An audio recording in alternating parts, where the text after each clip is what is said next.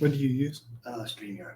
Good everyone, everybody. In case y'all heard me talking about StreamYard, which we're on tonight, I was talking with Luke the Wild Man. I'm just calling him Luke the Wild. That's his name, Luke Wild Man. I'm gonna have to add the D in there, but still, I love your name by the way. What you illustrator or writer? I'm a writer Right. for I thought 37. Yeah, Oh, you're in a new volume. I am. Yep. Oh, so Luke's in a new volume, which none of us got to see yet. See, the other guests, we've seen these other two volumes, but this one's going to be interesting. So, first off, let's ask everybody, what got you into this? What? Yeah. Well, I've been writing since I was a kid, and I heard about Writers of the Future during college. I knew it was a great way for a writer to break into the industry. You know, it's a hard industry to get into. And this is just a stepping stone. It's just a way that you can like get some views, get some followers. And so I submitted 14 times before I finally won the contest. So that's pretty good, though. yeah, I mean, I know people go longer, but it felt like a long time. Are you submitting every quarter or just once or twice a year? Every quarter. Every quarter. Yeah. Well, that's not bad then. I mean, there's 3 years, 4 years, 5 years, huh? Yeah. Almost 5 years. Well, that's not really bad. For some of these people, like Preston, I think it was like 18 years or something. Yeah. And so, I mean, first off, before we get into the story, you've been enjoying it down here? You having good? Everybody treating you good? Oh, yeah. Yeah, it's great here. It's in downtown Hollywood. Yeah. So that's a little bit different from Indianapolis, where I'm coming from. So, yeah, it's overwhelming, but it's great. It's a little weird different. It's somebody asked me the other day about it. I said, I'm from New Orleans. It's not as big a difference for me, but it's there's a lot of similarities actually between the two cities. I should say the bad stuff. There's a lot of similarities between the two cities. Only real difference is once New Orleans, you see it for itself. It kind of once you see the underneath of the city, it's more laid back than it is here. Yeah, there's a lot of flash here. The other day, they were having the world premiere for the Marvel's Eternals movie that was coming out. It was just off the street there. I could see it from my hotel window. So yeah. I know they noticed they had that street blocked off the other night. It's so that why you brought it up. I mean, there's going to be a lot of changes to upcoming Marvel characters and DC characters and stuff like that. Good, bad, or indifferent. We'll have to wait and see. But what I've noticed is, and I've talked to a lot of writers about this, the writers aren't necessarily the ones doing the changes. The publishers or the directors are doing the changes. Yeah, with studios. Yeah. So I asked a friend of mine who writes. He writes for DC. He's a minor writer for DC, but he said he doesn't exactly feel comfortable with them converting his characters into other stuff. And I said, well, I can kind of understand that. I can understand both sides. I said, I know there's a need to bring America up to speed on some things. I said, I understand that. But what bothers me about all of this is, why don't we make new characters? Why don't they contact someone or anybody and say, hey, look, why don't we make a new DC superhero and this is what they are? Or why don't we make a new Marvel character and this is what they are? Converting old characters just seem to hack off people.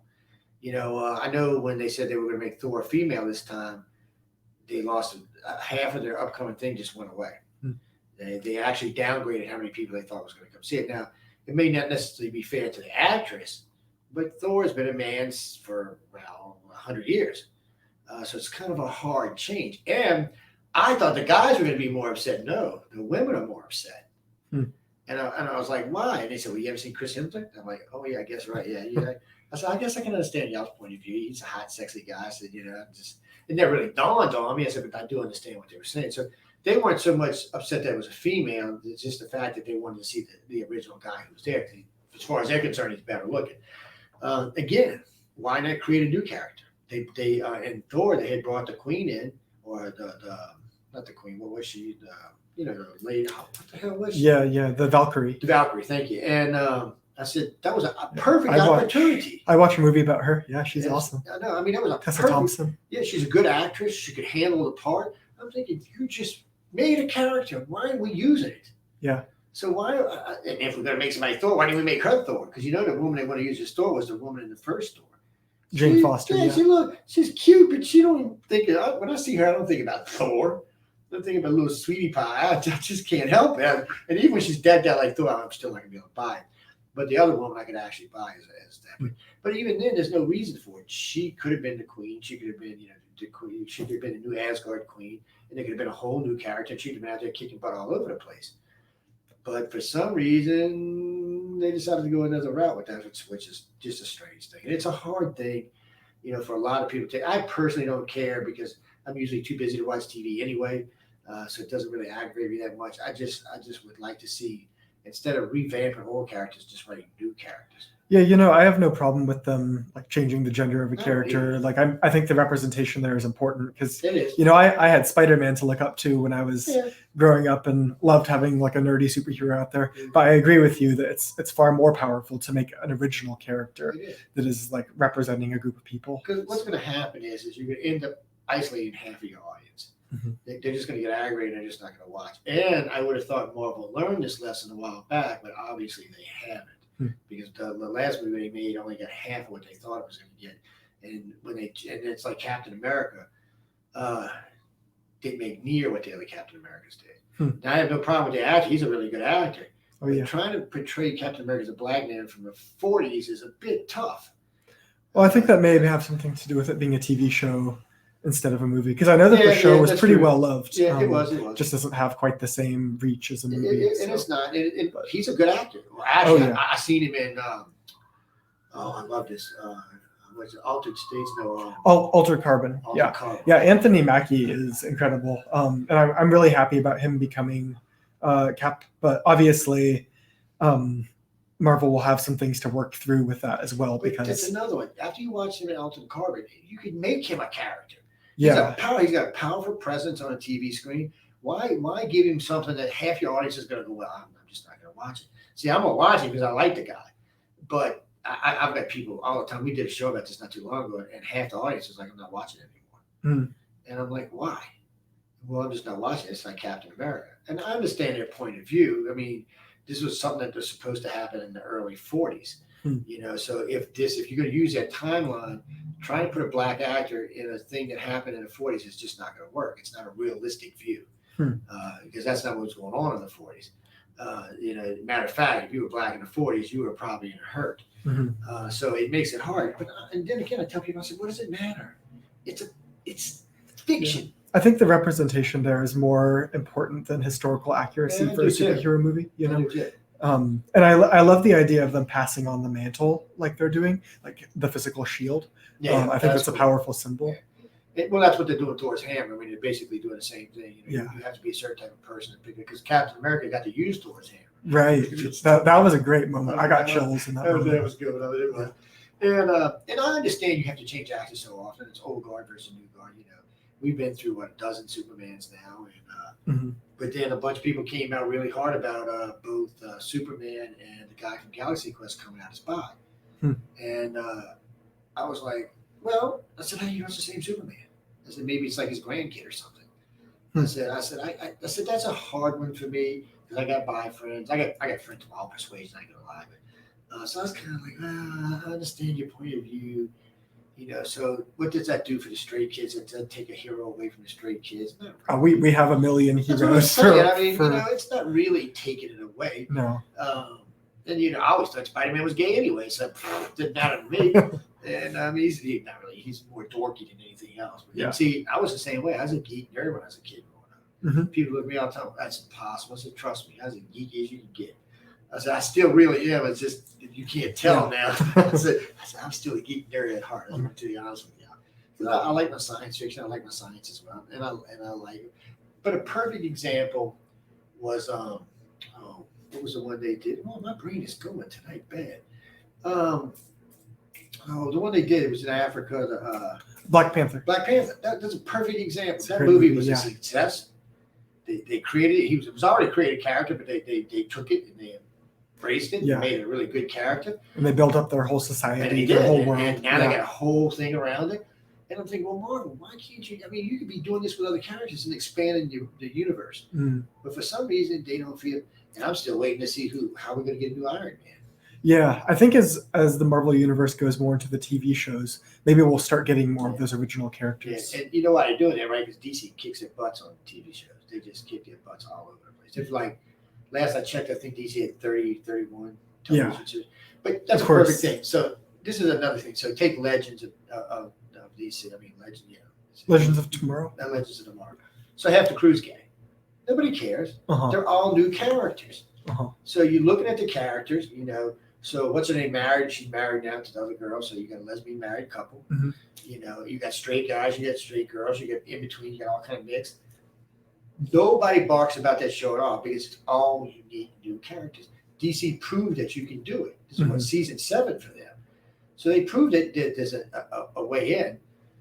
But for some reason, Marvel doesn't feel as comfortable as DC does with this. Interesting. You know, it doesn't make any sense to me because they're both big companies. But you know what? Lately, Marvel's had better success in their movies than DC has. Yeah. Oh yeah. And well, DC's... I mean, basically, DC's running what? Wonder Woman, Batman, and Superman. And not much. And don't get me wrong, Wonder Woman was okay. I mean, and that's another one. People tell me, "What is no role model for women?" I said, "You ever heard of Wonder Woman?" I said, "There's always Supergirl." I said, and then she's bi, at least in the TV series she's bi. I mean, I couldn't tell you the movies if she were, but the TV series she was. So nobody barked about that either because that's a new character created. It just seems to be the old characters when you try to change them into something, people tend to get aggravated about it. That's usually people who are narrow-minded, mind you, but still, you know. And like I tell my friends all the time, I said, don't worry about it. I said, if it don't work, it's all about money. I said, they'll go right back to where they were. I said, if people don't come out and see Galaxy Quest next time because he's what is he, pansexual? I said, then they'll change it next time. He'll go back to being whatever. I said, same thing with Superman. I said, if people don't come see the movie because he's bi, next movie will be a new actor and he'll be straight. I said, I'm waiting for the black Superman. And see, that's another thing. They didn't make a black Superman, just say somebody else from Krypton. You know, so there's venues here to go, and there's lots of good writers like y'all are out there to write all these stories.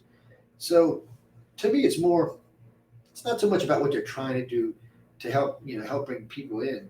It's more about, imagination, and let's create new characters. If you're looking to create role models, let's create new, strong characters that are going to be here, not characters that are probably going to get cut 5 or 10 years down the line. Right. It's like how there are a million remakes right now and a million sequels. But like, where are our new movies at? You know. Yeah. Well, that's a funny thing. I told somebody about 15 years ago. I said it seems like the world has lost its imagination because we just keep going backwards. We keep making new movies. We don't make anything.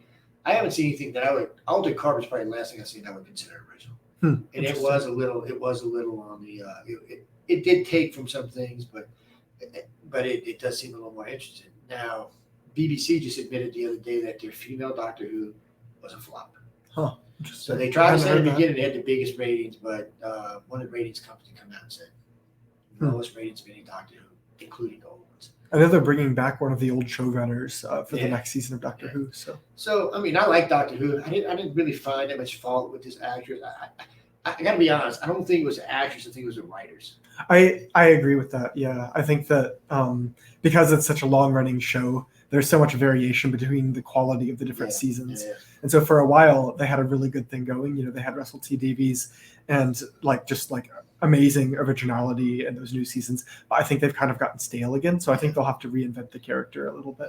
And I know somebody wrote to me about this a couple of weeks ago because we did a show and they're like, now the doctors live like 100 lives. And I was like, well, but he was always supposed to. I said, this is nothing new. I said, the only things I can tell you that is old lore versus new lore is the old time Lord said you can only be one sex. The new time Lord said you can be both. I said, I don't really have that much problem with that because frankly, I thought the female mistress or Misty was pretty good. I thought she played a pretty good job. I like the new master. He's pretty good. He'd make a good doctor too, but and it was weird they brought Peter Capelli in after they used him in one of the series. I like Peter, but it was just kind of weird to see his face in the beginning. I was like, I know that face from somewhere. He's a good actor, but he was in way bigger stuff than Doctor Who. He's got big, and he's one of the biggest actors, except for the guy who brought Doctor Who back. He's a pretty big actor. And Christopher Eccleston. I think this is his name. And I didn't really have any problems with him. And I liked Matt Smith and the little short blonde guy who's doing something. He's David Tennant. Yeah, David Tennant was amazing. You ever hear him when he's down on set? He's got a serious accent, man. I'm not surprised. Oh my God, this guy's like, how do you do this movie? Did you see Good Omens? Yeah, I did. Yeah. He's phenomenal. Yes, it's good. There's supposed to be another season coming out too. I know. I'm excited. I've been waiting to see it too, and it was a good season. And that's another one. They came in and wrote it. I think this may be a good thing for y'all. I think we're short on talented writers is what the problem. That's what I'm hoping. Yeah, I'm hoping that Writers of the Future is going to let us just get our names out there at a time when people are searching for original voices. This is actually an opportune time for anybody who's getting into this because there is so much of a lack of anything original. If you got a really good original story, I think you get hired quick, and I think they'll keep you because It's just, somebody said, well, what do you expect? Doctor Who's been around like 60 years. I said, so what? I said, a good writer can end. I mean, Moffat did great. Yeah, it's been around 60 years because they keep getting new writers to work on it. Keep bringing fresh blood. And I said, not all actors are going to be the best.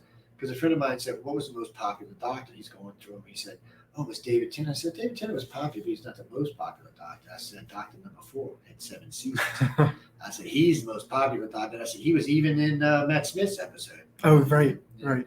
And how he was doing, the old bastard, was something else. But it's and I think he was actually the first Doctor I ever seen when I was growing up. So I liked him. I thought he was a little weird with his little fuzzy afro going all over the place. But he got me into sci-fi, or helped get me into sci-fi. He's not the only one, but he helped get me into sci-fi. But I find the new Doctors much better. I don't want to hate on the old Doctors, because without them we wouldn't have the new Doctors. But Christopher did a good job. Matt did a really good job. Tennant did a good job. Peter did a good job. He didn't have as good a writing as some of the other ones did. And then they brought Pearl in. I mean, so that helped to smooth over some of the society. She was black and gay. So that kind of gave the Doctor what they needed there. At least in that aspect it did. And nobody seemed to bother. Didn't seem to bother anybody. But as soon as they put the woman in there, everybody went, I'm like, give her a chance. Because I said I was a little aggravated, not because she was a woman, because I didn't know who she was. So I looked her up and went and seen some of her stuff. She's actually a pretty good actress. Oh, yeah, she's amazing. So I was kind of like, well, just back a little bit. I was kind of like, what the hell? Why would we never give a woman a chance? And then I started watching, and I'm watching it, and I'm thinking, damn, these series suck. And it wasn't her. You could tell right off the bat it wasn't her. You can tell it's the writing. Yeah. So hopefully we'll see a new showrunner in the next, and that's another thing Doctor Who keeps screwing itself on 2-3 years before we get a new season, and we get 12. I see. Doctor Who used to do 50 shows a year. Now we get 10 shows every 2 years, and they expect to stay in business. I don't know what BBC's thinking there, but they're not the only ones. I mean, a lot of the series now are only 10 or 12. You only get one season a year. Why call it a season if you only get one a year? I mean, that doesn't even make any sense. Now, Legends does 2. They do 2, but they don't do 2. They do 2 12s, 2 13. So that's like a regular show, but. It's I guess because it costs so much money now. Yeah, I guess BBC just has enough shows going on at the same time that they can BBC afford the biggest it. network in the world. They got more shit than they know what to do with. Yeah. Even though I aggravate the hell out of them. I got 3 good friends that work for BBC. Well, 2 are way the hell up there. And I was picking on them just about 6 months ago. One of them was on the show with me. He said, "What's the matter? Y'all still can't get back in the Middle East?" I said, "What happened to y'all?" You know what happened, right? Did you ever see the car show with the 3 guys from the cars that do the? Oh, what's that called? Top Gear, right? Yeah, Top Gear. That's what got them kicked out of the Middle East. They got thrown out of 5 countries. Interesting. Maybe because they couldn't keep their mouths shut. And then they came over to America. I don't know. Somebody said they're still on in America. I said, I haven't seen them. I like their audio productions. Have you listened to the BBC audio? I have. I've actually listened to some Doctor Who's audios. I've listened to a couple of shows. I actually listen. They got a thing called old time radio. I listen to it every once in a while. It's like listening to something in the 20s and 30s and 40s or something like that. Long before my era, but still, it's enjoyable. Yeah, I have a job where I can listen to audiobooks all day. So I've been listening to all the Jean Le Carré, the Tinker Tailor Soldier Spy, all of those books. So that's all good stuff to listen to there. Yeah. The BBC's got a lot of material in storage, and they got a lot of stuff, and they have been converting stuff over to audio as well. But they've been doing some pretty good audio productions. They've been using some pretty good sound effects, and they've been mastering this stuff out for a while. So, for the most part, I like BBC. It's just every once in a while they get a little goofy in their selections. And I'm not sure what happened with the new showrunner for Doctor Who. I just figured he was a succession of Moffat, so I figured, we'll go there. And Moffat wasn't the guy who got Doctor Who going in the first place. He was working as an understudy at the time, but he still did a good job when he took over. And hold on, John. I can't tell you why we got that. When we get the tape on, it's but still, I mean, those kind of things are great. See, you and I can talk all night. You'll definitely come on with us because we might do a show. We'll do a show on what you're doing, and then we'll do a show on the rest of all of this. Sounds good. Because we got kind of the same repertoire on what we're watching. But so for you, you're new volume 37. Yeah, bam. So you're a new guy. So you're ready to go. Title of the story. My story is called "How to Steal the Plot Armor." Oh, this got to be so it's a comedy heist. So I like that. I need some laughter lately. Guys and girls, we're not going to tell you all about it because they're short stories and we want you to go read the book. Whether you win it on the station or you buy it, it's up to y'all. It will be available pretty soon. The earlier guests, you can already get the books, but this one will come out. I thought John told me November 2nd. Yeah, something like that. Yeah, so you'll be good. If not, I'll update it on the website and on the air pretty soon. But so I mean, so you sound like you got an idea where you want to go, and how you want to get involved. And for you, like I was talking with Jennifer, this is an opportune time for you. Right. You just like some of the stuff, for someone like you, if you could develop a character, a DC or Marvel character that was a strong character, whatever its sex, color, age, whatever it was, and show how it could be a good character, I think you'd get a job for life. Yeah, so my goal is to write novels. So it's a bunch of characters. Yeah, I'm just talking about development. Well, you understand. Yeah, absolutely. But it's. I've been telling a lot of authors lately, if you can get it together, it's an opportune time for anybody because all my friends are telling me, whatever ages are, from my Z Gen friends all the way up to my baby boomers, they're all telling me the same thing. They're bored. Mm-hmm. There's not that many really good books to go out and see. A lot of the books on the bestseller list have nothing they're not really entertaining books. They're more about murders or this or that or some political or some other bullshit that nobody's interested in. Yeah, we need just good entertainment that can take solid. people out of like this dark year we've been having. When I turn on something, I want to forget what I'm thinking about. And it's one of the reasons I like Altered Carbon. But Altered Carbon actually caught me off guard when I turned it on. First off, people, if you had children in the room, do not watch Altered Carbon. Yeah. There's more nudity. I usually get turned off in a movie when the first thing I see within the first 10 minutes is boobs. I'm like, not sure I want to watch this. But not that I don't like boobs, people, but still, regardless, the movie was a good series. It was well put together. It was well thought out. I can't believe Netflix let it go. I know it was expensive to make, but they had a good twist. I guess maybe they couldn't go. Maybe they ran out of their plot after they finished. I'm not sure what happened. There are so many good shows at Netflix that just get canceled after a season or two. Bruce Williams told me about he works on. He said, what we do usually 2 or 3 years we drop a show. He said, you know why? It's not about the money. He said it's about the audience. He said once an audience peaks, it's gone.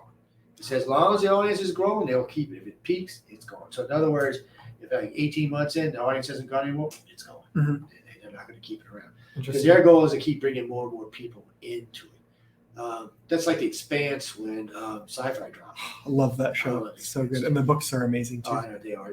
Was it season 4? Season 4 wasn't.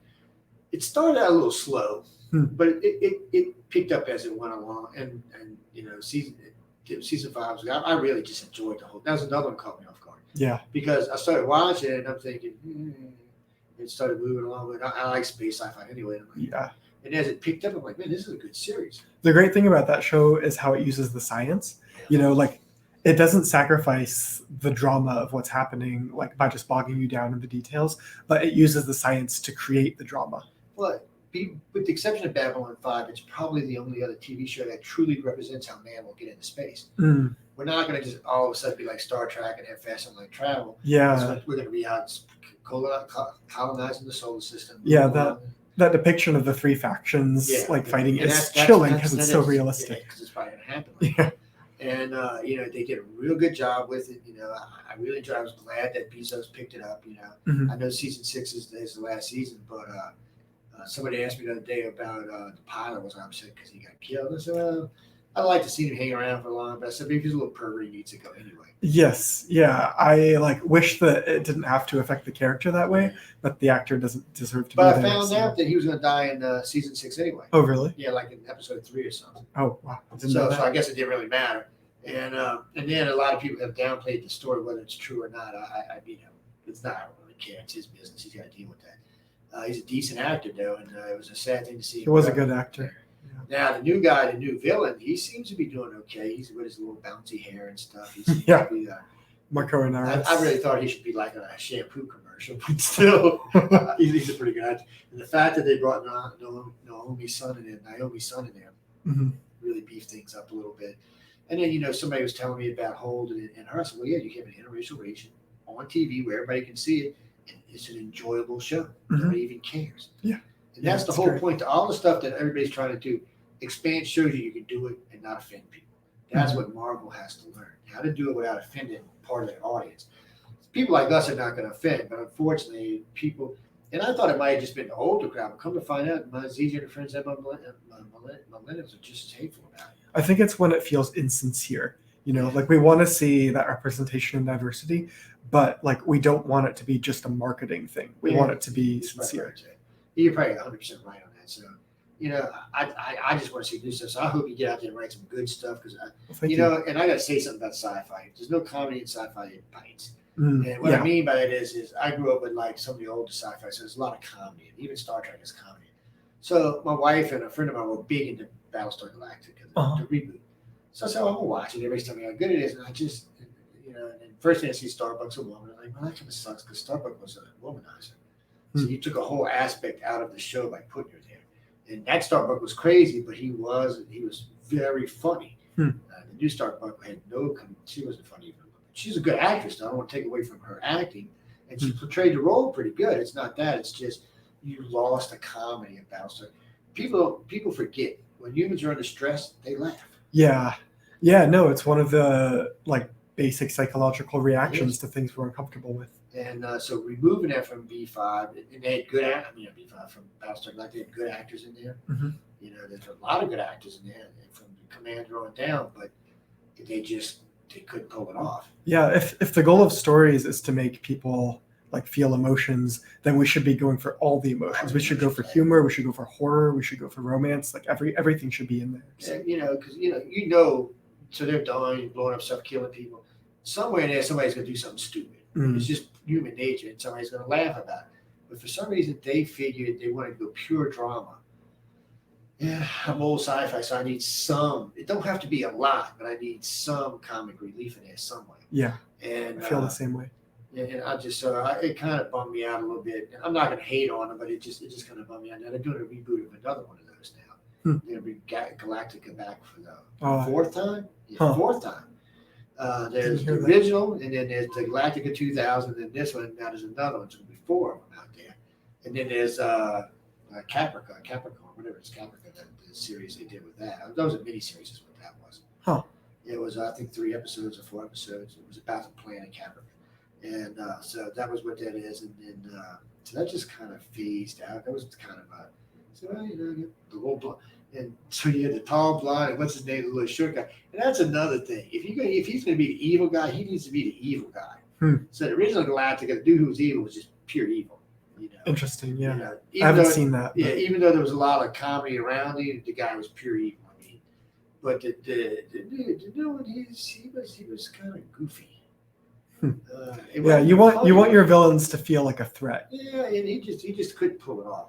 And it's the way they wrote it. So I was kind of like, it's good sci-fi, but it's like Star Trek Discovery. Mm-hmm. Okay, Discovery is great sci-fi, but it's not Star Trek. Interesting. And we talk about this all the time. If Gene Byron wrote a sentence, he'd fire everybody in a second. Because Star Trek is supposed to leave you feeling good about yourself, teach you lessons, and show you that the world's going to be better in the future. Discovery does not do that. Huh. Discovery makes you feel like, oh shit, we're in real trouble. And plus, they took a lot of like what they did with Spock. Where's Kirk? Because Kirk was a first officer at the time, in the time period they're talking about, serving on Pike's ship. He's nowhere to be seen. So you're kind of like, what's going on here?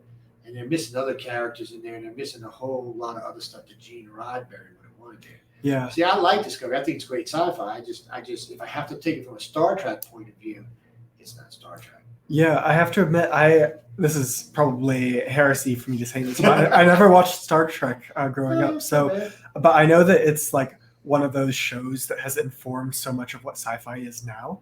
That like when people see it changing from that original vision, like people get very upset.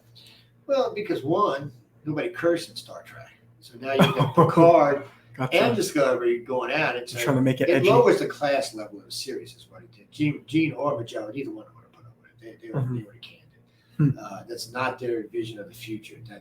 That's more like today than 200 years from now or 300 years from now. Which is, but like I tell people all the time, don't criticize it. Just don't take it as Star Trek lore and watch it for sci-fi. You'll enjoy the sci-fi. Picard's the same way. You'll enjoy the sci-fi. Just don't try to wrap it around, lore. But at the same time, then, if it's not, actually what Star Trek is supposed to be. I think they should make an original series instead, like you were saying earlier. Well, they're going to do that. They're going to give Captain Pike his own series now. Nice. The guy who was on Discovery was a pretty good actor. He played the part really well. His first officer was which would have been Magellan, the original series. Mhm. So they brought in a woman like her. She's a strong female role. So it's going to be a pretty good series. They're going to have some Spock on there as well. Oh, good. I think they might bring in somebody like Kirk as like a lieutenant or something, or lieutenant commander or something like that. So they're going to stick to the lore. Mhm. And they're going to do Star Trek with Enterprise. Just like even the series Enterprise stuck to the lore, Mhm. even though it came before the original Enterprise. So they did good. So that's where writers are going to be careful Mhm. and producers. So you've got all this good sci-fi out there with years and years and years of lore behind it, with 5 or 6 generations now watching it. And Yeah. then you jump to something else, you're asking for trouble. Yeah, the fans are diehard Yeah, and they want they're their not- consistency. yeah. Star Trek and Star Wars fans, it's like the new Star Wars, the 3 Star Wars movies. It was like a remake of the first 3 movies. Mhm. The first one, I was like, I really thought I was just watching the movie over. I was like, okay, they just remade the first movie when they blew up the Death Star. I was like, oh, this is ridiculous. Not that I didn't like it. I enjoyed it. It was a lot of fun. It was just, it was sloppily made. Yeah. For J.J. Abrams to start off with. Yeah, right. And, He's usually. I expect more yeah, I from expect J.J. more from Abrams. I noticed his last 4 or 5 movies, he went for more of the bang than the actor. He was using more sci-fi than he was doing acting, which, well, yeah, some people want to blow them up lasers all over. Some people want acting. Yeah. In Star Wars, just like in Star Trek or any good sci-fi, you need to balance it. I didn't even watch the what would that be, episode 9? Yeah. Because it didn't seem worth it. You didn't miss much. It's I mean, it wasn't bad, but you didn't miss much. I watch it when I'm bored or something. I'll put them on TV. Yeah. I haven't gone to see any of the movies, but still, it's good. So with you sound like you're already on the right course. I hope so. Yeah. So no, seriously, you do. So I mean, I can't guarantee anything will happen for you, but you do sound like you're on the right course. And I really think for you, it'll come out better because you already seem to have a grasp of what characters should be made. I hope so. So I'm working on my 5th novel right now, and none of them are sold. So, That's okay. So I'm hoping that I can get enough books ready that when I finally get published, I'm just going to be able to, put them out so that I can get some readers following me. What were you talking about today? The 25, the 520, 5 years, 20 books? Oh yeah, for indie publishing Yeah, for indie specifically. publishing. Yeah. And I still get confused between the two. But somebody the other day was talking what's the difference between old school and indie, and I was like, don't ask me, I'm not the writer. I said I'll be speaking jibber jabber. But people ask me all the time about it. I'm like, no, that's why we bring in authors to talk about it. Yeah, but you talk to a lot of authors. Yeah, So we talk a lot of authors. And I talk to a lot of decent authors. I tell people all the time because we get some young ones come on, Mhm. with their first book out, their first novel, their first story, and they're all nervous and shaky. And they come on the show, and I'm like, look, first off, don't be nervous. We're not here to beat you up or hack you up. Yeah. We're here to talk about your book. We're here to talk about you and your book. I'm a nerd. I just like talking about Yeah, stories that's great. and nerding out about it. So first thing I'll do is I'll bring them in, introduce them, and I'll ask them to plug their book and where they can find it. And then we'll move on. I'll ask them who they are, what they're doing, how they feel about this. We'll talk about just kind of chit chat, and then I'll say, okay, somewhere about right before the top of the second hour, I said, give me a teaser, but no more, because a lot of authors make that mistake. They forget. And they'll just start talking. You don't want to give away the plot. Yeah, you do not want to give away the end or the plot. And unfortunately, a lot of them do. And once they do that, nobody's buying your book. Unfortunately, our society's got more sophisticated now, and they realize, like with trailers, we know if we see a particular trailer written viewed a certain way, we know not to go see the movie. Especially when the whole trailer is just blowing up crazy the whole time. That's the whole movie right there. And which is a shame, but it is true. But you seem to have a good grasp on it, so I'll be looking forward to seeing you do some sci-fi, man. Oh, thank you. Or something along those lines. Yeah. Well, look, man, maybe you should write the 3rd season of Altered Carbon. He says, might go for it. You see, he took up expense. You write 7th season of expense. Oh, you can't. It's already written 6 books. Yeah, I know. I think James, S.A. Corey, they have a grasp on that. Yeah, I just realized I can't really. It's kind of ends right there. Damn. Yeah. I was thinking, man, we should get in there. But things like that. I mean, really and truly. I mean, other things that have been dropped or like Altered Carbon. Really, there's a market for that kind of stuff, right? Yeah, absolutely. And I know a lot of people, more than 2 million people wrote into it. Netflix was like, yeah. And you know, The Expanse started on Sci-Fi and Yeah, then moved to I Amazon. can't believe so- Sci-Fi dropped them. Yeah, right. When I seen it, I'm like, "What are you, stupid?" I mean, this This is clearly one of the best things you have here. Yeah, actually, I think it was the best thing at the time. I don't know. I don't even watch Sci-Fi anymore because most of the time when I turn it on, they're doing some kind of pay-for-view stuff. Not pay-for-view, but like a paid commercial or something like that, Oh yeah. or playing some old shit from 1970 that I don't want to watch. Hmm. It's like MTV. I grew up. MTV was all music and videos. There ain't no music and videos on the whole damn station now. Yeah. I tried to. A friend of school watching MTV yesterday. I watched MTV in 15 years. He said, "Why?" I said, "Turn it on." He turns it on. He said, "When's the music gonna start?" I said, "Never. It's all TV shows." Man. I said, "They make more money that way." I said, "I think VH1 still plays music." I said, "Why worry?" I said, "There's so much music on the internet now." Mhm. You know? And see, that's another good thing for you. We have the internet now, Yeah. full blown. So and I tell this to all authors, anybody who's wanting to sell something. There's millions of podcasts out there. Yeah. Look around. There's lots of them to go. You can send a thing to them, say, "Hey, I'd like to be on your show." Everybody, and I tell this all the time. People, I'm not going to get. I said, people are looking for guests like you wouldn't believe. That's right. See, like now that you've won here, Mhm. you could probably contact Lisa Lyon at Coast to Coast. They probably bring you on. Hmm. Now, Coast to Coast got a big market, big audience, and they got a lot of authors come through there as well. Mhm. And it's a good place to be. And I'll tell you how I got on the first time, and I cheated. I had 100 people write in, and they called me the very next day. Nice. Yeah. And I did 4. I've been on there 4 times. I've turned them down 4 times too. Not that I don't like them. It's just, it's midnight to 4 a.m. Hmm. And they always want to do it on Wednesday after I've already done 3 hours of radio. Right. I said, "Why don't you call me on a Friday or something?" "Oh, because you're a good middle of the week guest. You bring in a lot of people." I'm like, "Oh, Jesus." I said, "Because y'all know George likes me because he don't have to do anything." Mm. It's when I go on his show, I used to send him 25 questions. He ain't worried about any questions. "We're going to talk about tonight, Joe." I'll say it, and then he'll say something, and then he'll ask me a question, and 20 minutes goes by. Then he comes up, "Be sure to plug your station before we go to the break." And then we go to the break. And plus, they're a 4-hour show. You actually do 2 hours and 20 minutes. Oh, really? Yeah, the rest of it's commercials. Wow. You remember last hour there's Q&A. Mhm. And I love Q&A. Also, too, remember there's lots of sci-fi conferences out there. Yeah, for sure. You've won here now, so you've got a shot at getting into some of them. Dragon Con and places like that, you can probably get in FanX and all. You can probably get in there. So it never hurts to try. I tell people, if you don't ask, it was a good friend of mine, a female friend of mine. She got all upset. I said, she kept getting turned down. I said, "Boo, it's part of the process. You're going to get turned down." Mhm. I said, "Stop being upset about it." And then all of a sudden, she submitted, and she got to speak at one of the big conferences up north. She's all amazed. Out of that, she got a small book deal for. They gave her 6 months to write a short sci-fi story, and they paid her in advance actually. Mhm. And she did it. I guess they gave her a retainer, and she did it, and they were happy with it. She's writing for them for good now, or at least Good for her. Yeah. And she's a pretty good writer. She tells me, "Read my story." I ain't saying read that. Send it to me in audio. So last time she had it translated on what is that? Samantha on Microsoft. I'm like, "Don't do that anymore." It's like, I hate that voice. I said, "Send it to me." I put it on one of the voices I have on the station. I usually use an Australian voice or something. And it works great, but those kind of things are really good. So I mean, you're definitely on the right track, definitely moving in the right direction. And what it here is not going to hurt you any.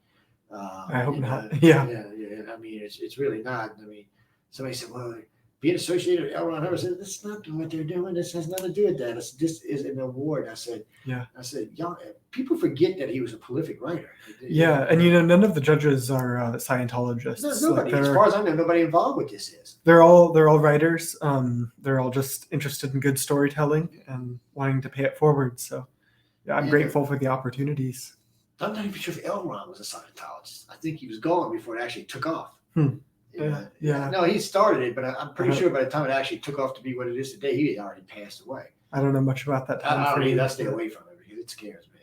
Well, Scientology is just like the ones Mormons. They both believe that aliens brought them here, and there's aliens out there to go live with.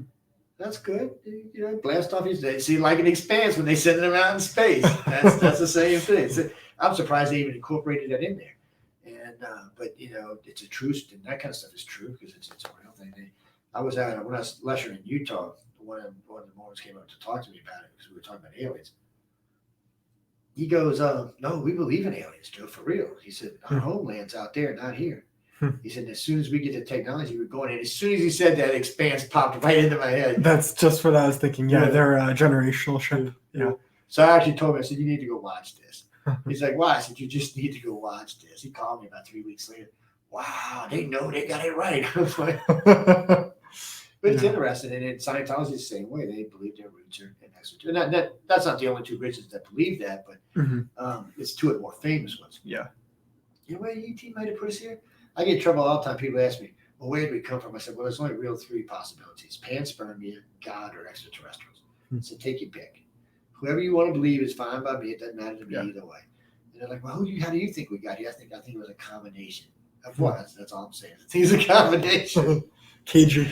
Yeah. Well, I lost a really good paying job because I said one time, I said, somebody asked me about Jesus. What's possible he was an astronaut? I said, we don't know. None of us were there. I said 90% of the miracles we can perform today. I guess it gives us another 1,000 years, we're going to perform all of them. Interesting. Yeah. I said, walking on the water, we can do that today. Feeding millions, we do that every day. I said, making stuff jump out of the water. I said, just stick an electric probe in and all officials jump into the boat. Yeah. You know, I've read some stories where like it was a time traveler who brings the stone tablets back to Moses or something like that. Some people believe that. A lot of people think Merlin was going backwards in time. He was born in the future and was traveling backwards. The T.H. White. Yeah. That wants so, I mean, there's lots of stuff like that out there, but we don't know until either we'll die and find out, or maybe someday in the future one on the land here and say, hey, yeah, you're a kid. One of the things I discovered, and I'll do a show with you about it when we're talking to other stuff, but we're the ones who had broke that the majority of people who say they've been taken are Rh negative or blue or green eyed.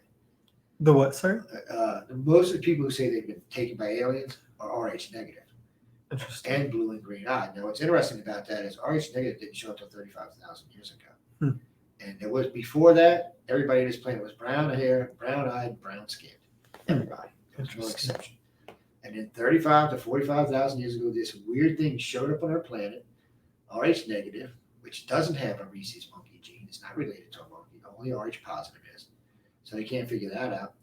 Rho negative is the purest form of blood known to man. So, it's all of our hematological research comes from. And the majority of people in Hollywood and in politics are blue or green eyed. Yeah. I don't know about that. It's true. Yeah, it's true. You just watch TV. That's all you got to do. You almost, when you watch TV, 90% of people you see are going to have blue or green eye or a shade of in between. They're just not that brown eye. Don't get me wrong. There's a lot of brown eyed people out there because they're 85% of the population. But they don't seem to get into office as much. And they definitely don't seem to get in Hollywood. But the Hollywood thing I understand because those eyes pop on camera. Right. So that makes sense to me. The politician thing didn't make as much sense to me. You know, I learned from a book the other day that like a huge percentage of hockey players, like professional NHL hockey players, are born early, like in January. And like the vast majority are born early in the year. And the later you go in the year, the smaller the percentages. And so that sounds crazy, right? But the reason why is because of the cutoffs for the youth leagues. And so when you're a kid, if you're born like January 1st and the cutoff is December 31st, then you're a year older than everyone else. You're a year stronger. Yeah. So no, it makes total sense. We were just surprised. I was working with a group of really good hematologists when we ran across this. And even they were kind of like, and then there's something really weird. South America and Central America, 98% of the population is O. 98% is O. I mean, I assume that just has to do with genetic patterns and how population spread. But because everybody forgets the Spaniards came over and interbred with the local population, so it shouldn't be 98%. It's very weird because everywhere else in the world, it's the current population. Like, most of the time it's 37% O, 35% A, 1.5% A negative, 1.5% AB positive, 7% O negative, and so on and so on. So for O to be that strong, it also says that if there was a land bridge, they went there first, and whoever went there stayed and bred inside the population. Nobody on the planet can explain why. Nobody can explain why there's a whole civilization that didn't have a different skull than we do.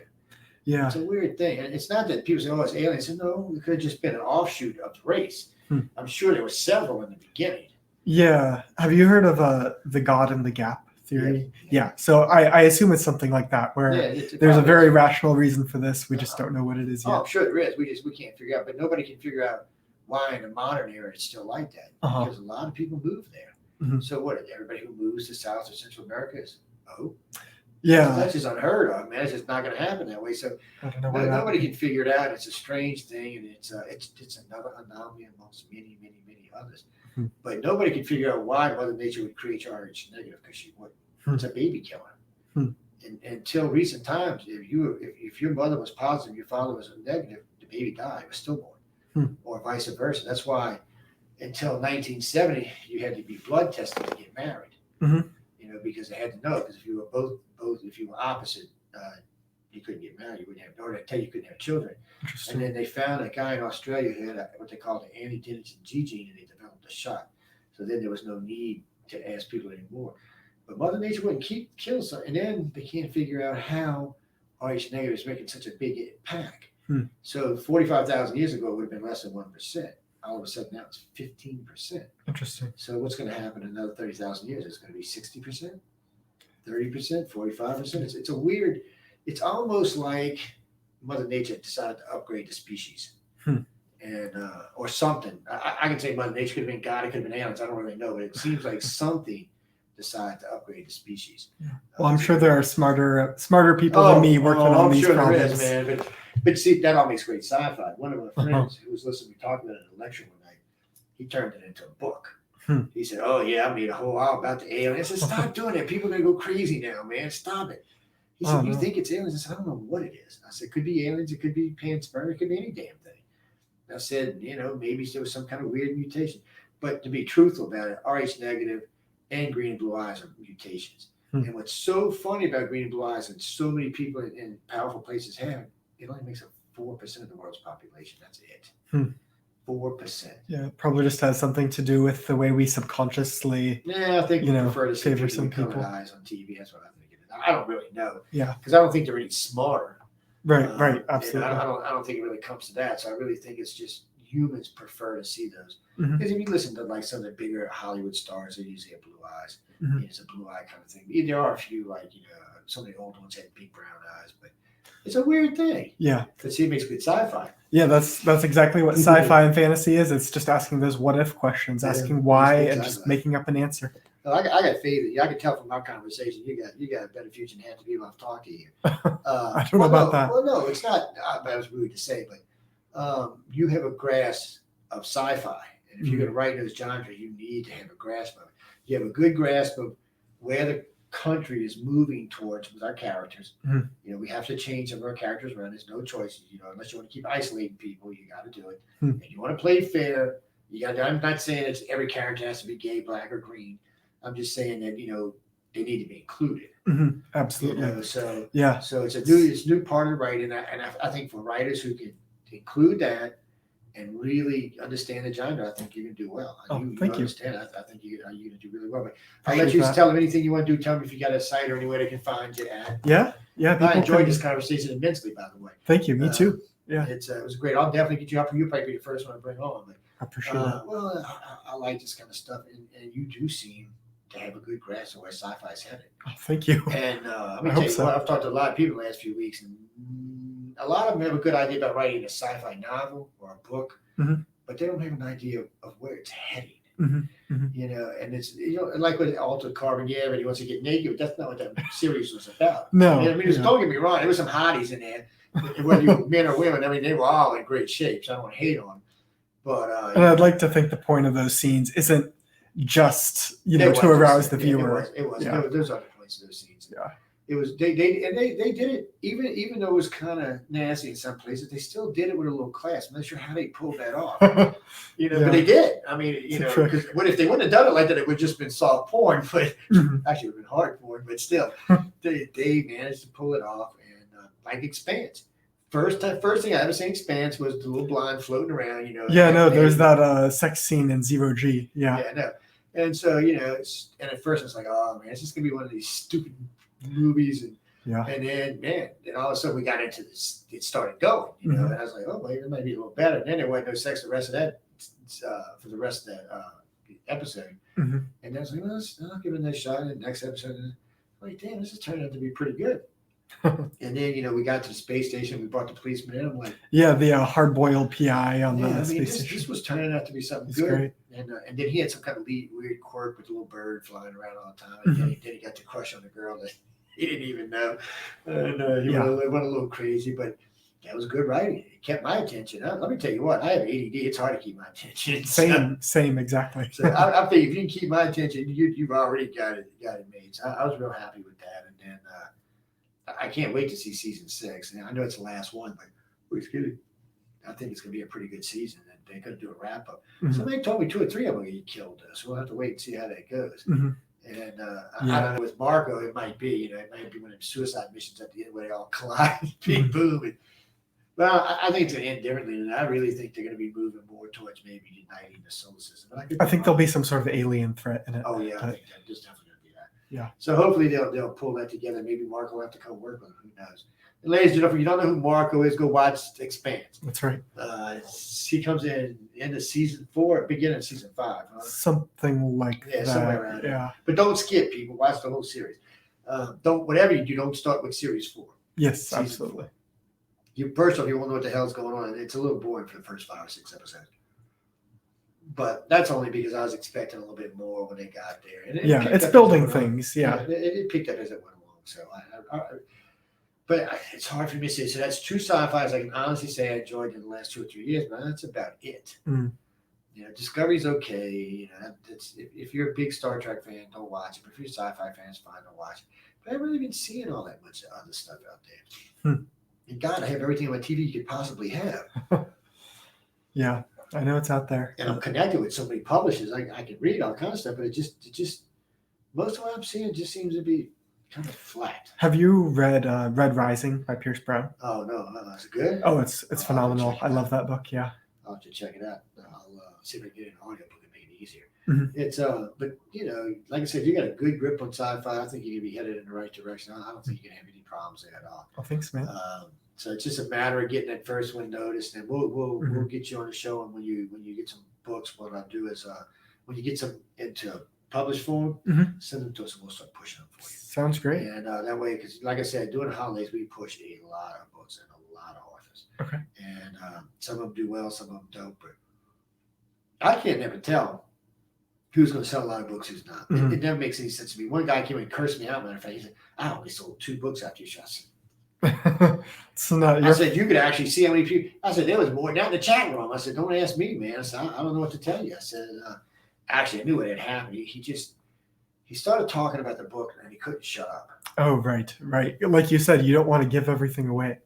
And I kept telling him, "Let's move to this, let's move to that." He was like, he just wanted to talk about his book, and I understood that. I said, "Well," and then at the break, he said, "Why don't you just talk about the beginning?" I said, "You're getting too far into the book. I said, if you keep it up, you're not going to sell any books." I said, because I've already figured out half the plot. We're not even to the middle of the book yet.